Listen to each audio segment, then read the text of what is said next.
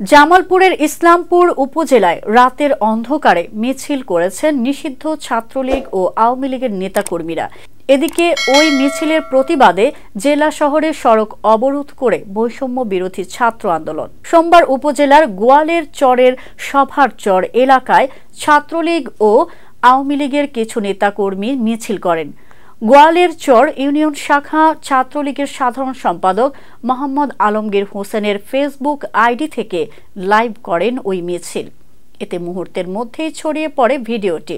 মিছিলের ওই ভিডিওতে জয় বাংলা, জয় বঙ্গবন্ধু, শেখ হাসিনা বীরের বেশে আসবে ফিরে বাংলাদেশে, কে বলে রে মুজিব নাই, মুজিব সারা বাংলায় সহ বিভিন্ন স্লোগান দিতে থাকেন।